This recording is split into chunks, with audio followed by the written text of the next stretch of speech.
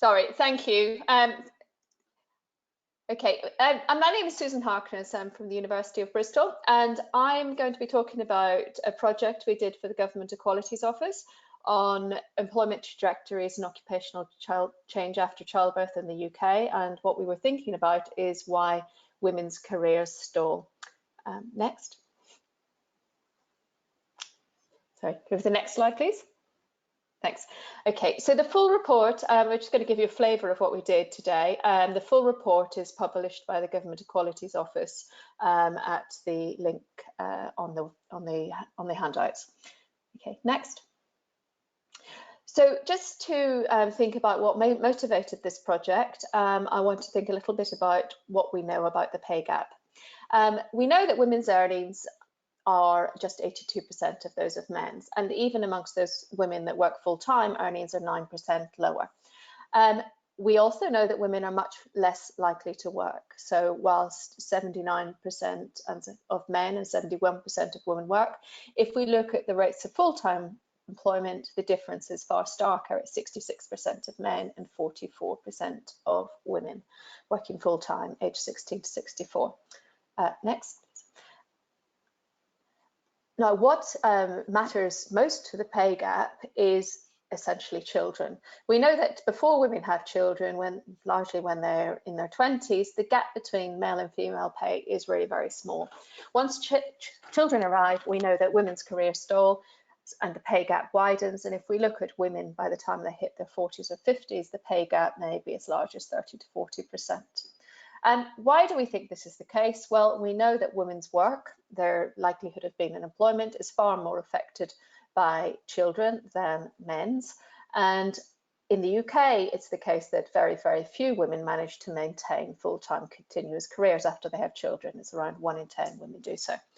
And this time out of the labour market, or moving down to part-time work, essentially reduces women's chances of progressing at work.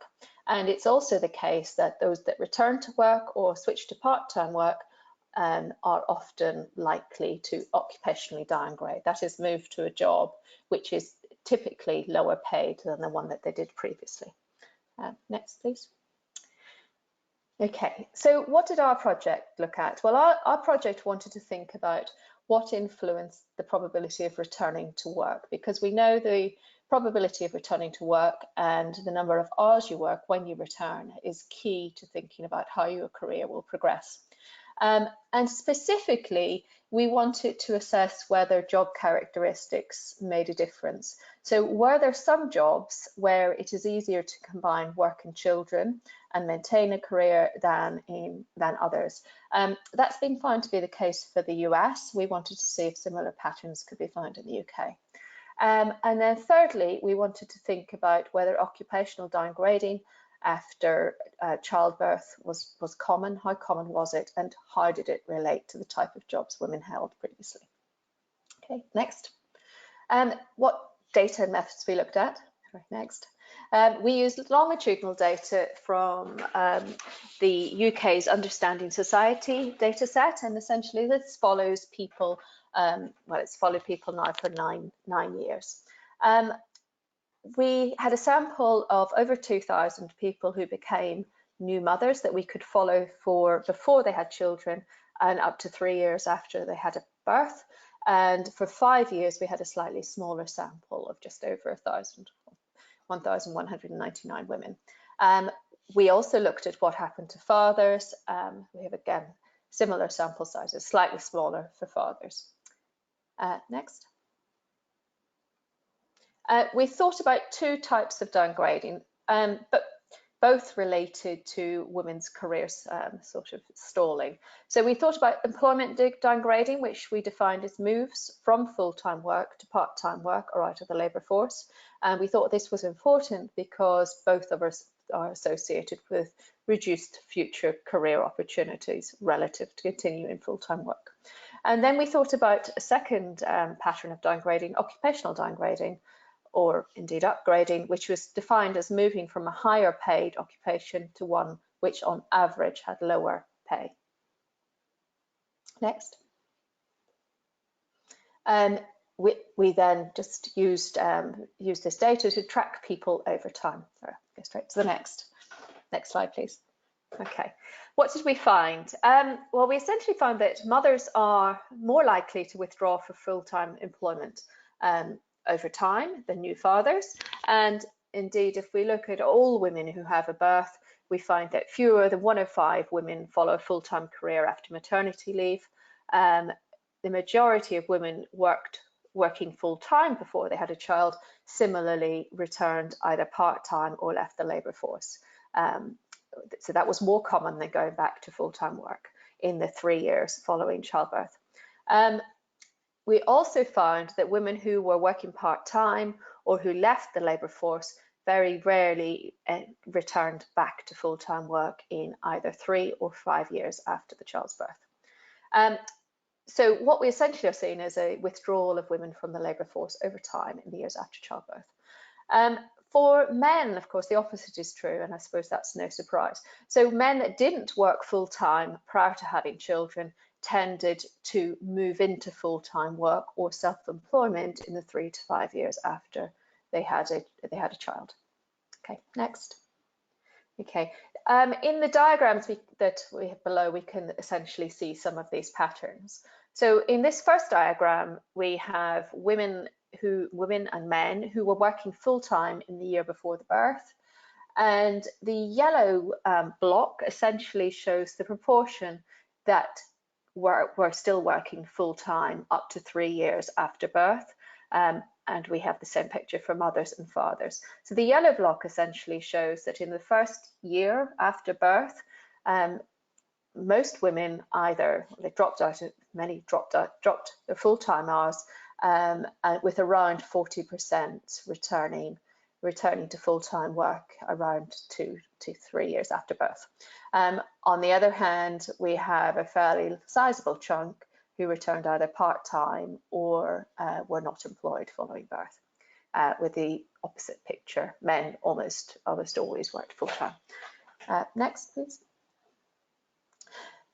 Part-time women before birth, we similarly see, whilst the most common pattern of return is returning to part-time work, we also see a sizable portion of women who leave the labour force, and really very few who go back to full-time work if they were working part-time prior to having children.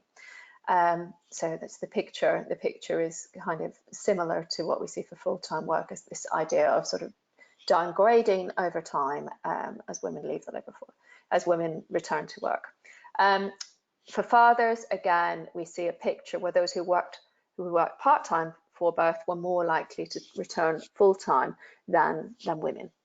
Okay, next, please.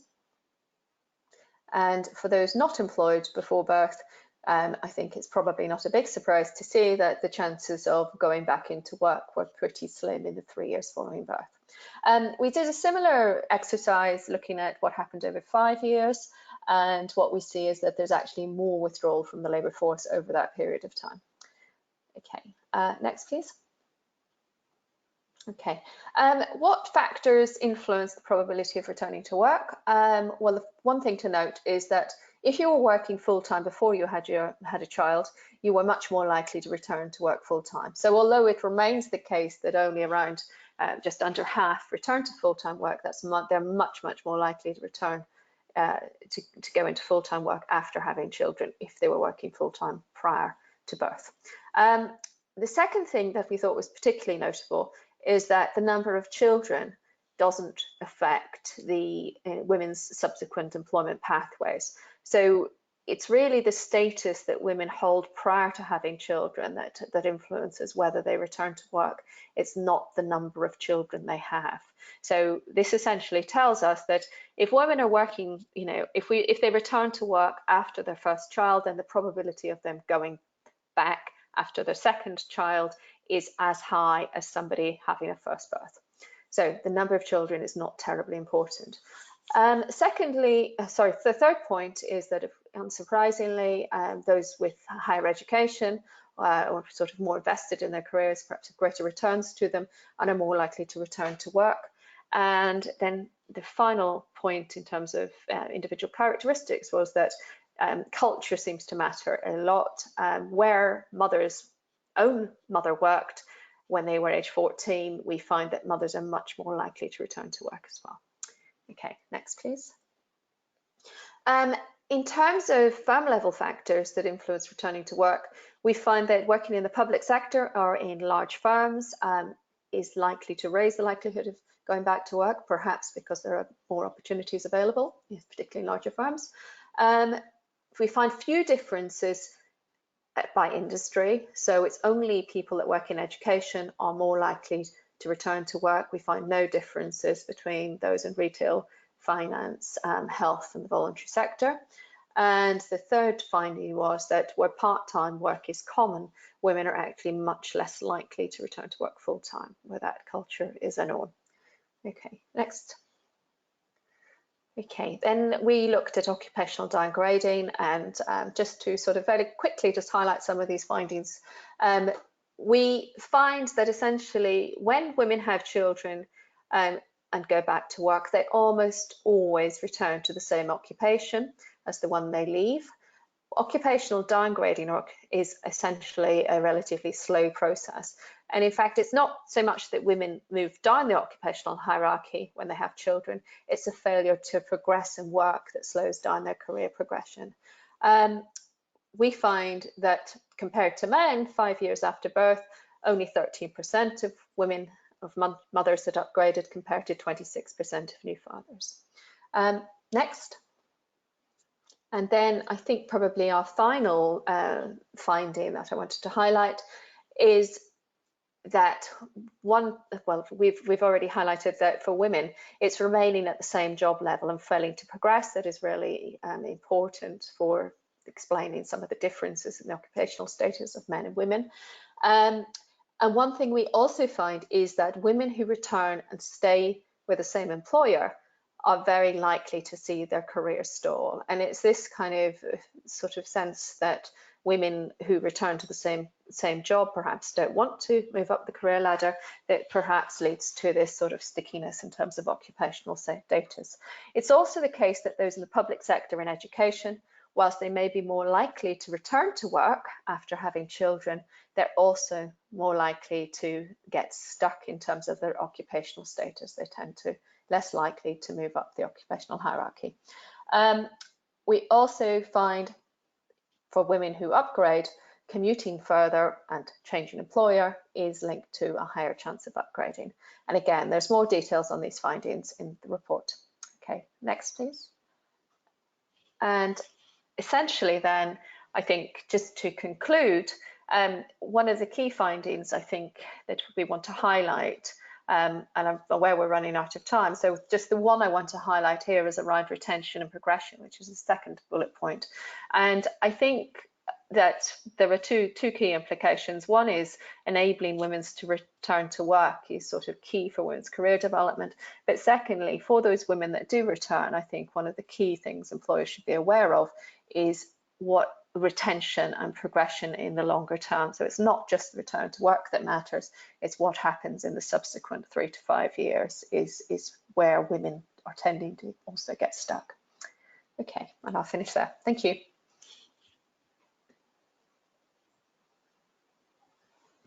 Thank you, Susan. Our next speaker is Carla Welsh, Senior Manager of Inclusion and Diversity at Lloyds Banking Group. So I'll hand over to you now, Carla. That's great, thanks ever so much. So I hope everybody can hear me okay. And you should have the first slide on the screen. As you said, I'm the Senior Manager for Inclusion and Diversity at Lloyds Banking Group. And one of the key things that I focus, or what keeps me busy, if you like, one of the key areas of my focus is all about females progressing and progressing up the organisation. If you can just turn to the first slide for me, that would be great. So as part of the group strategic review and our strategy, we have gone out with a public commitment, which is that 40% of our leadership roles will be held by women by 2020. Now, we went out with that commitment in 2014. So obviously at that point we were not at 40%, we were actually at 24%. So we had quite a journey to go on to deliver that target. And we've run a number of programs. So this is around obviously developing the females that we've got in the organisation, but also probably as importantly is attracting new talent into those leadership roles. So the Returner programme that I lead and have led for a number of years, 5 years, I think this is the sixth, we've got 6 women on the programme. Sorry, this is the 6th year that we've put women on the programme. One of the key focus areas of this is to attract females, not only females, because it is actually a generic returners programme, so it's about attracting individuals that have been out of the workplace, but it does seem to attract, and I guess on the back of what we've just heard, it does seem to attract more women than men. 85% of those that join us are females. But we know that when women leave the workplace, it's often incredibly difficult to get back in at the level at which they'd operated previously. Now, some will choose not to, and that's absolutely fine as well.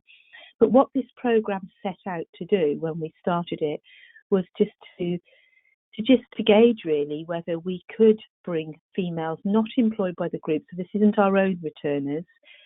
This is people that haven't worked, that are not working at the group, whether there was an opportunity to attract them back in to roles at the level at which they've operated previously. As I said, this is the 6th year that we've run the programme, and each year is really successful for us in terms of attracting talent. So I think we're on to our 79th. We've made 79 appointments, and I've got 20 people in the programme at the moment. So we've got 20 females this year. Last year we had a good mix of male and female. When we go to the market with these roles, a big focus for us is our agile working policy. So we're quite far advanced, I guess, in terms, we've got a lot more work to do, don't get me wrong, but we're quite far advanced in terms of our agile working, in terms of where people work and also the hours that they work. So really important with this campaign was not to go to market for Monday to Friday 9 to 5 roles based in an office, because we know that those are probably the more difficult roles to juggle if you've got young children, which is the majority of the people that we bring in. So we were quite careful with the roles, or quite cautious really with the roles that we went to market with, and that was around those that could be worked in an agile way. And not every one of our returners, but certainly the vast majority, have either an informal or a formal working arrangement in place that gives them the agility that they need.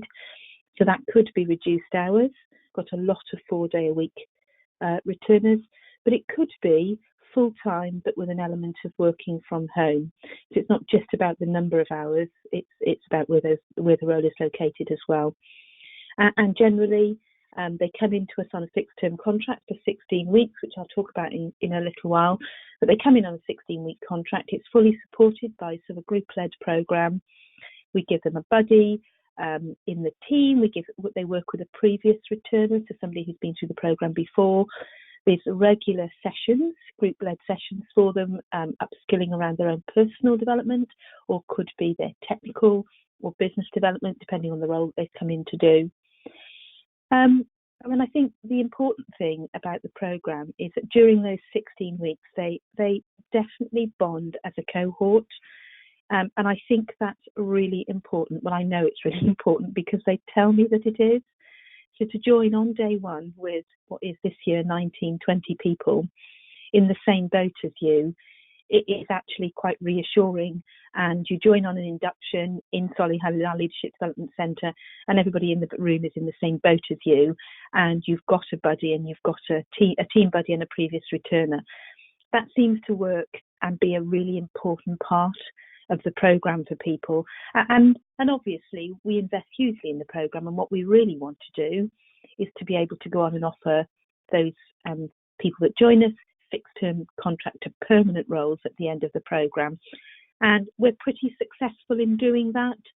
I think our current run rate, I think we've got 70% of the people that have joined the programme are still with us. We don't, obviously, some people fall by the way. The bank isn't for them.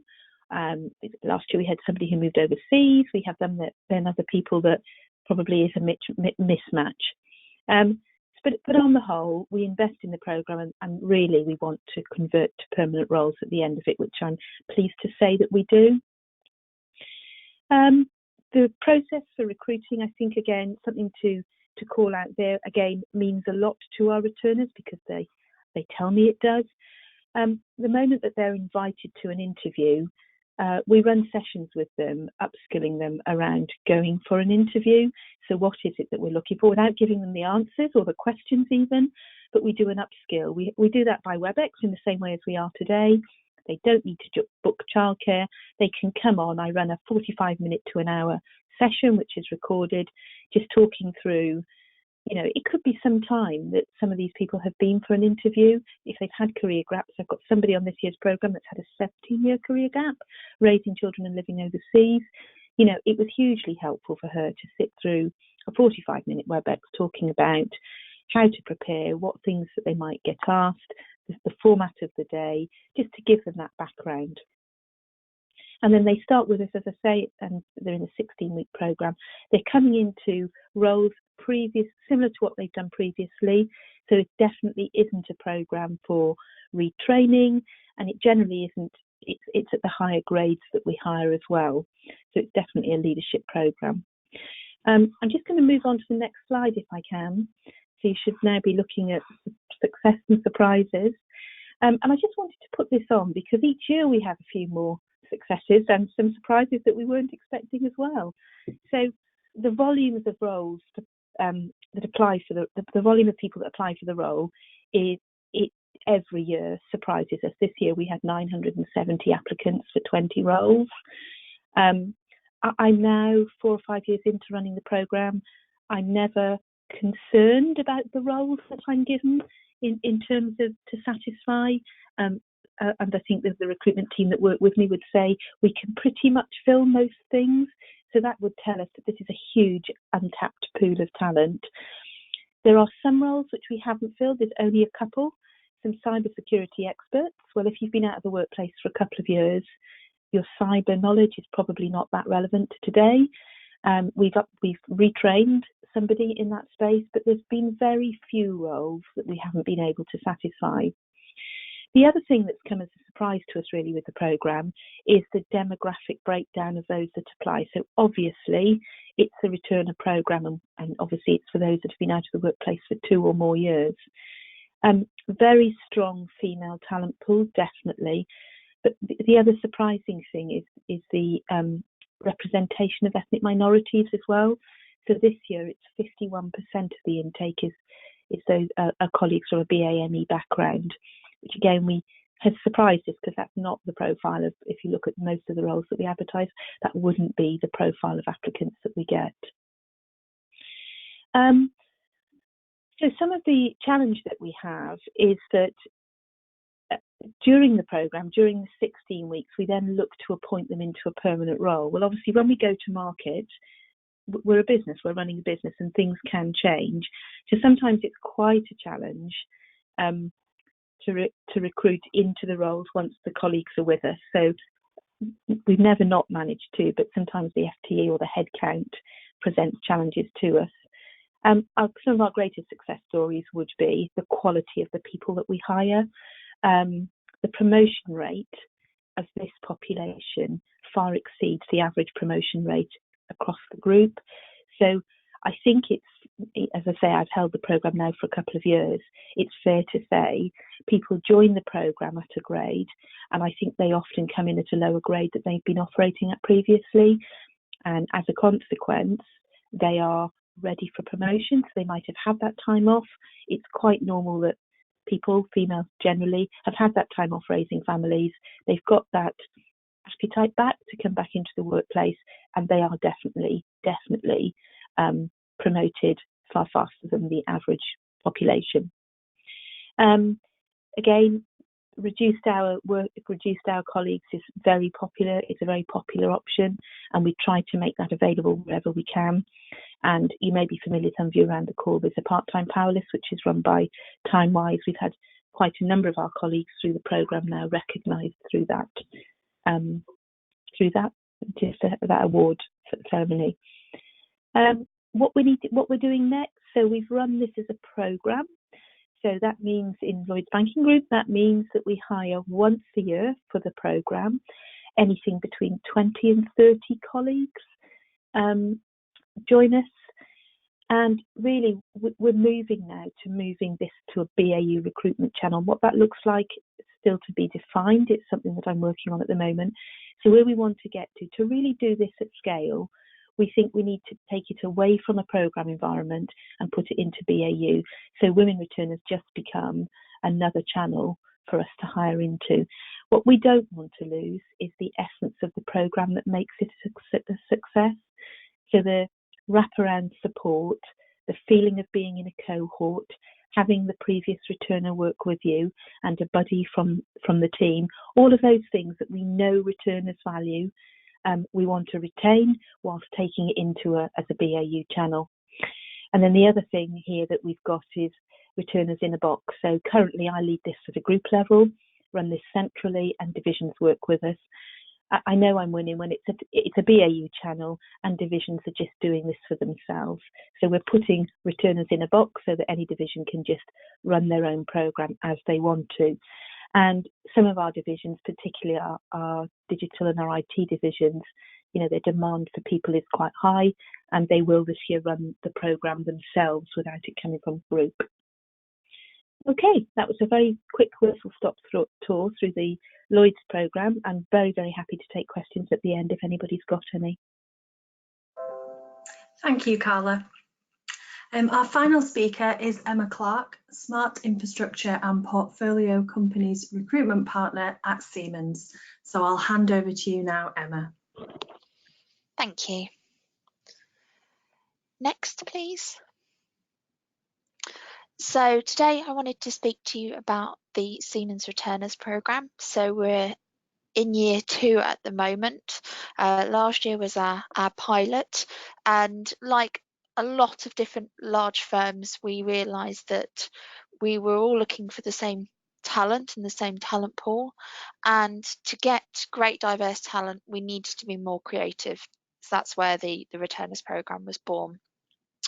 So in a nutshell, it's a 6-month headcount neutral placement, which has been specifically designed to bridge the gap between a career break of 2 years or more and re-entering the workplace. So the pilot last year had 8 individuals join. The turnout from that has been a 75% conversion post-programme. So there's been a mix of candidates who have gone into permanent roles, and also there's been contract extensions. And we really learnt from the pilot last year in the fact that we could potentially look at being more agile and adapt to the business and ensure that the candidates had the most optimal experience and had the best experience with us in the Returners programme. Next, please. So many of us will probably know as to why a Returners programme is beneficial, but these were kind of the main points as to why we thought that it would be such a great idea to roll out within Siemens.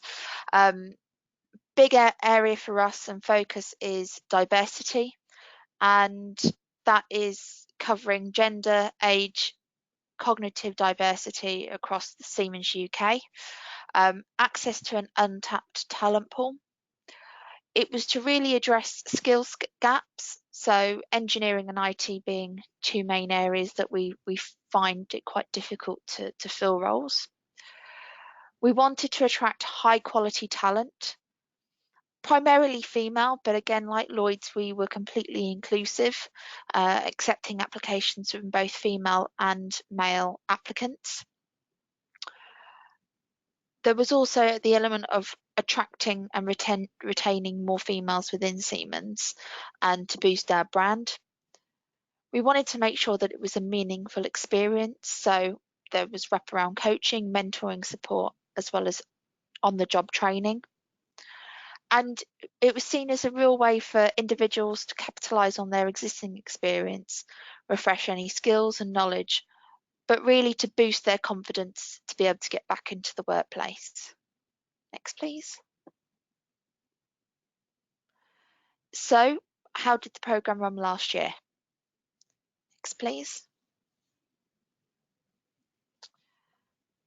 So the first thing was for us to identify placement opportunities, so high demand for skills. That was to go to the business, and we went straight to the board level, got the directors on board, which of course they felt that actually the diversity element of this programme was strong in its message, so therefore we were able to proceed. We had a marketing campaign, so where we were able to attract talent and support the Siemens brand. Our interviewing and selection tools we changed slightly for the returners, in the fact that we incorporated StrengthScope reporting and also strengths-based interviews, which is similar to competency, but it's more about the strengths of the individual and what motivates them in the workplace. And following on from a successful interview, they would be offered a 6-month fixed-term contract. We were very clear in our messaging that we weren't able to guarantee a permanent role. However, we have looked at trying to pipeline for future talent and make sure that we are discussing potential permanent roles with the businesses that are taking on returners. And in collaboration with them joining, the individuals on the returners program would also have a defined learning program and support network that they would be able to tap into whilst they were with us for those 6 months. Next, please. So, sorry, it shouldn't say 2008, it should say 2018, so apologies for that. But there was a real mix of genders on the 2018 cohort. There was a real mix of reasons as to why people had been out the workplace for a period of time. It wasn't just those who had families, it was also individuals who relocated, they had been caring for sick relatives, they themselves had ill health as well, so there was a real mix there. The job families that we recruited across really varied as well, so we had engineering, we had project management, we had a HR partner join us, also sitting within the IT division, and also risk management, so Siemens banking services as well. Most of our attraction actually came through employee referrals, which was great for us to see that our own employees were advocating us as a business and were spreading the word. The learnings from last year was that we really wanted to align closer to our businesses and make sure that we got more buy-in engagement from our line managers. So what we have chosen to do was implement a more flexible program strategy. So as well as having a cohort whereby individuals join at a certain time of the year, what we've also provided the businesses with is an agile program as well. So it really does mean that at any point in the year, a business or hiring manager can say to us, I want to take advantage of the returners program, I have a need, I want to be part of it. For example, if there's a project coming up that they need extra resource with and support, that's a perfect opportunity for them to be involved in the returners program. So it does mean now that it is becoming one of our recruitment channels, in the same way that we recruit permanent or contract employees. We are now allowing our businesses to take more ownership and to have more flexibility. Next, please. So the responses from our business has been really positive. These are just a couple of testimonials from hiring managers. One was the one on the right was from last year, where I recruited a software developer. That individual had been out of work for around about 15 years due to a serious stroke, and of course in that IT space things move very quickly. So there was quite a bit of support that was needed for that individual when it came to kind of confidence building, but also training up new skills. The one on the left was from a hiring manager actually, who recruited 3 data analysts in October last year. We had one position that we went out to market with, interviewed 3 candidates, and he felt that they all could add something to the business, and we were able to secure 3 individuals to join us. Next, please. So with this, I wanted to kind of share the effects of the Returners program. I think it's very easy for a large corporate organisation to think about all the benefits that Returners program can have on us when it comes to diversity or branding or awareness, but actually sometimes we can forget as to what the implications can be on the individuals that we actually recruit. So this was Lara's story. She was one of the data analysts that I recruited in October, and I wanted to share her story with you, just to demonstrate kind of what positive impact the Returners program can have on somebody. Next, please. So Lara's story was that she wasn't an individual who was coming back from maternity leave. She was or is somebody who had relocated over to the Caribbean Isles with her husband, as he had secured a new job in the police force.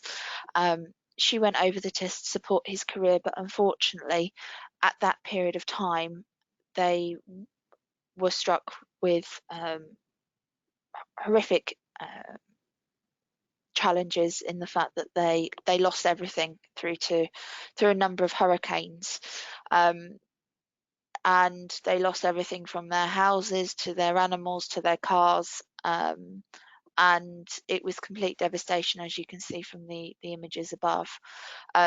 She is PhD educated, incredibly charismatic, educated woman who had really struggled after relocating back to the UK to be able to secure a role. She'd been out of work for around 2.5 years at that point in time. Her husband had suffered from PTSD due to the trauma of what happened out there, so therefore she was his main carer, and that was the reason as to why she'd been out of work. She found it a massive struggle to get back into the workplace. She felt that when she was honest in interviews as to why she had a career gap, she felt that at some points she was being judged, or it was seen as a risk for the business to take someone on like her. And as she says there, the label started to feel like weights around your neck because you spend more time having to explain yourself rather than talking about her strengths. So fortunately, she had exactly the type of skills and experience that we were looking for, and actually she has really flourished, and we are looking to take her on permanently. Her confidence has grown week by week. I met with her last week, and it's really lovely to see how she's blossomed into someone who knows her own worth, and she feels like she's really adding value to the business. So yeah, just wanted to share Lara's story with you. Next, please. And that's my contact details, so if anyone has any questions, I know the slides are being shared, but if you've got any questions, please feel free to contact me directly. Thank you. Thank you, Emma. And if you've got any questions that you'd like to type into the question box on the right hand side, you can do that now. So thanks to all the attendees who've submitted questions already. You can still submit them if you've not. So I'll start by asking one of the first questions that came through, which is for Susan. Sorry, one second. Susan, did you identify if men were more likely to progress in their careers after having a child compared to men who didn't have a child? We didn't look at that. No, we didn't. So we haven't. What we compared is mothers and fathers, so that we observed to have children. So what we haven't done is compared women to those who didn't have children at all. Of course, what we know is that most women will, at some point have a child. And equally, we didn't compare fathers with those who didn't have children. What we do know, however, from other research is that fatherhood is typically related to higher pay. There's a question about causality, but we know that is certainly the case. And we also have seen some evidence in the US that, for example, when men become fathers, they start to work longer hours and they contribute more to the family's earnings. Right, thank you very much. The next question we had was for Carla. What kind of roles did you find are suitable to advertise for the Returners programme? Hi, great. Yeah, brilliant question. And actually, as Emma was talking, I thought I didn't talk about that. So over the years, all of our divisions have participated in the programme. So we've had audit, we've had finance, we've had the commercial banking, so our business bank. This year, 10 of the 20 are in our group transformation, which is digital banking. So over the years, we've had a really wide variety of roles. What I say to the business is, let's be realistic about what we're likely to attract, if you like. So the data cybersecurity and the data modelling roles, they're quite tough to attract, in normal circumstances. What the Returners programme is not a magic wand, but it is it's a talent pool of high quality individuals. And we have found that some areas have just been absolutely brilliant for us. So project managers and business analysts, I would say, are two areas that we do very, very well with. And there's always a need for those in the bank. So we often hire a number of those. But really, right across from retail, we've had business development people, we've had branch, less about branch, but more about regional managers. So right across, really, there's nothing that we haven't been able to fill, I think is fair to say. Great, thanks. Does that help? Yeah, we've had a few questions along the lines of knowledge gaps. So one question was, did you find it was a problem? This is for Emma and Carla, I think. Did you find it was a problem for hiring returners into IT roles? You touched on this, Carla, and that IT is a very fast-moving field, and how did you deal with those skills gaps? Yeah, I'm happy to pick that up. So the generic roles like business analysts and project managers, no, definitely not. Those are easy. But some of the more technical skills, so we've had some designers in our group transformation, our digital team, and we've also had some more technical software engineers and software developer roles. And what we quickly found out, and we went to market for those this year for the first time, and what we quickly found out was that we were having engineers and software developers apply to the programme, but they weren't quite what we were looking for. But what we've ended up doing, and we haven't done this before, is we've hired some people and given them some development. So that's not what our programme set out to do. It was about hiring quite senior, more experienced people. But this year, because of, I guess, the demand for engineers and software developers, we have actually provided some development opportunities. So, for example, they may be Java developers and we've given them other development tools. So we just, I guess, had to think on our feet once we saw the profile of those that had applied for those roles, and just see if we could do it a different way. And we were able to, which is great. And most of those are going to be offered full-time permanent positions, which is great. I don't know if you've got anything more to add to that, Emma.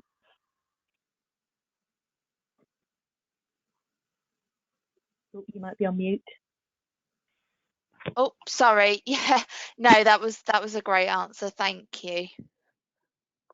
Great, and just going to combine a couple of questions here that are looking at the amount of support that you've had to provide. So in terms of hours and team members that you've had to bring on to support these projects, and also going forward, how long do you support them for and integrate them into the culture? So I don't know, Emma, if you'd like to pick that Yeah. one up. Yeah, sure, no problem. So when I speak to a line manager about kind of being involved in the returners program, I am very clear as to what their obligations are without trying to scare them, because of course it is a fantastic program to be part of, but at the same time we don't want to place candidates with managers who A, don't have the time, or B, don't have the understanding of what is going to be needed of them. So we try and make sure that we have managers who understand the importance of such a program, and these tend to be kind of fairly senior managers, and they have a capacity within their role to support and be a mentor to the new joiner, but also that they've organised a buddy as well. So maybe someone who sits in the same office as the new starter or sits in the same team, whereby the new starter doesn't necessarily have to go to their line manager for simple things such as how to set up a printer or where to go for their lunch, and it's more of a that relationship with almost like a friend and a buddy within the business, and that's one of the elements of the support mechanism that we have in place. We have also two elements of different program providers. So we use one called Talking Talent, which is for the cohort, and that is a more in-depth program, and it covers the full 6 months. So they have tripartite sessions, they have workshops, and they also have coaching sessions which are done on an individual basis as well. And then on the agile piece, which I said before, which was when you can recruit at any point in time for a returner to join your business.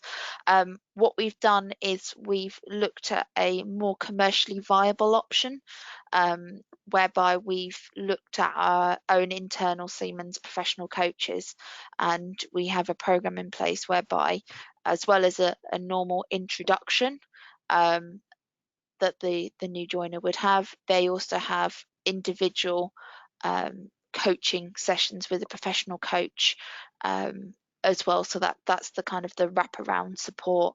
But there's also other things such as training and soft skill development and support, which they can utilize through our learning channels as well, which they've got access to.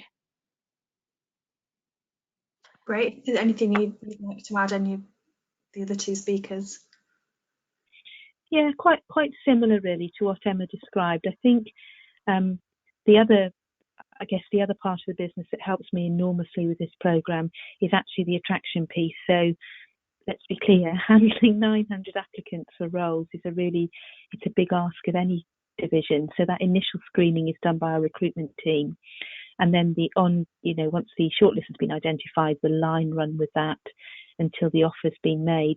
So similar to what Emma says, we do a 2-day induction with ours, and then they have a planned 16-week development, and that could be personal development courses, that could be just technical refresher courses. One of the ones that's most helpful to people, evidently, is an Excel refresher. That's very popular.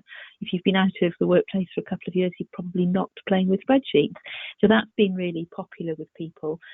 And the other thing that we do, which I think is similar to what Emma was saying, was we also use Talking Talent, and the capacity that we use in Lloyds Banking Group is for maternity coaching. So when our existing colleagues, go off on parental leave of any sort, they have a coach before they go, a coach just before they come back, and then a coaching session when they've been back in the business for 3 months, and then another one when they've been back in the business for 12 months.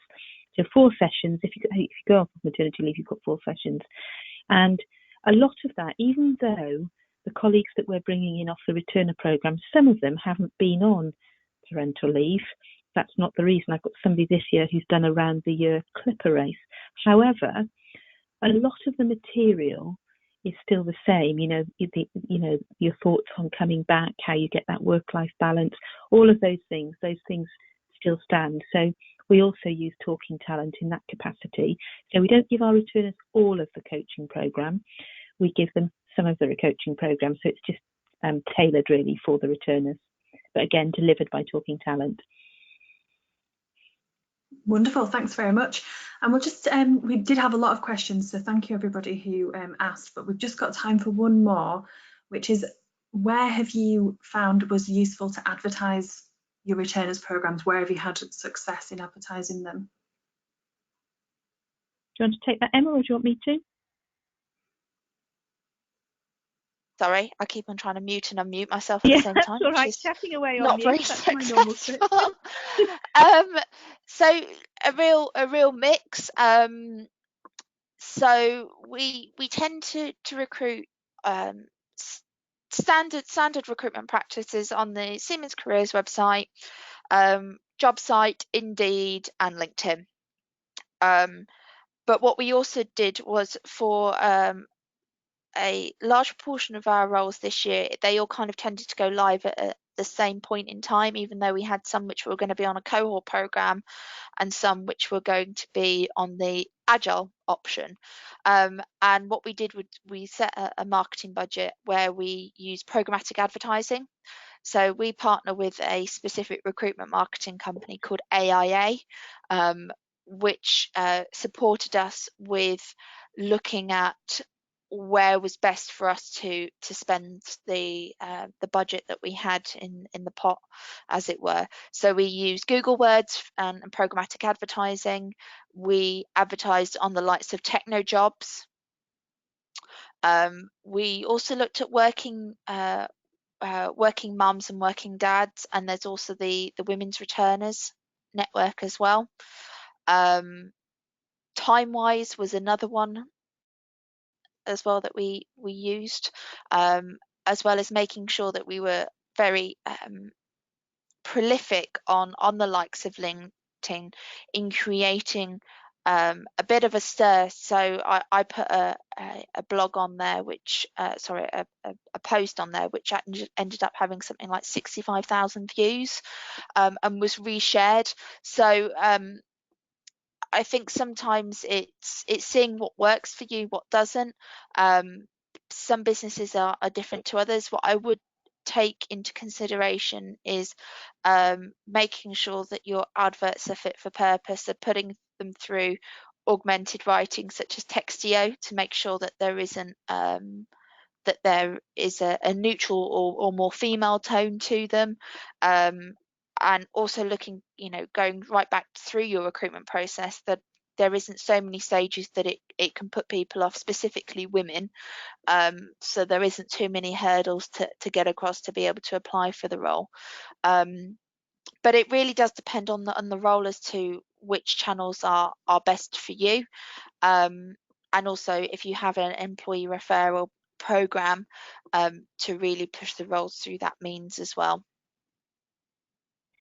Yeah, and I would echo all of that. So the technical job sites for the roles that we're advertising, we would put them through that. We didn't use Google Words, but we have used LinkedIn. We found that, I hope LinkedIn aren't on the call, by the way, we found that organic LinkedIn works better than paid for, which is great. So that's about making sure that all of those divisions that are hiring that their people are going in and liking and sharing the ads. That's worked better for us than actually the paid for targeting LinkedIn. Working mums, women returners, colleague referral program, Timewise, agree around the augmented writing piece, and also our own Lloyds Banking Group corporate careers page attracted a lot for us as well. So there's nothing in this, some bits we didn't do. But actually, that's something I'm going to look at this year, because actually, we have a bit of a handling problem with that many applicants for that many jobs. So we're going to look this year whether we need to do all of that, whether we can reach the audience we need to reach without attracting quite so many because obviously it's quite resource hungry for the period of time that we're advertising. Yeah, that's interesting that there's such an appetite out there that you may have to even scale back the marketing of it, which is just shows how many people are out there and available for these roles.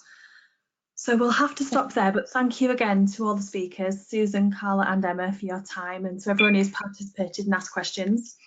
This session has been recorded and will be saved in the WISE member resource area, and a link to it will be sent in a follow-up email tomorrow, where you'll also have the opportunity to provide any feedback. Coming up in February, we have 2 webinars, one from our WISE Computing Award winner, Joe Haslam, on the 12th, and on the 26th, we have an update for anyone interested in the new developments to the WISE outreach programme, My Skills, My Life, which will be presented by WISE Development Manager, Shagufta Sharif. And further details about both of those webinars will be shared in newsletters with members on our social media, and we'll pop them on our website as well. So hopefully you're looking forward to those 2 very different webinars we've got coming up in February. But for now, thank you for joining everybody, and goodbye.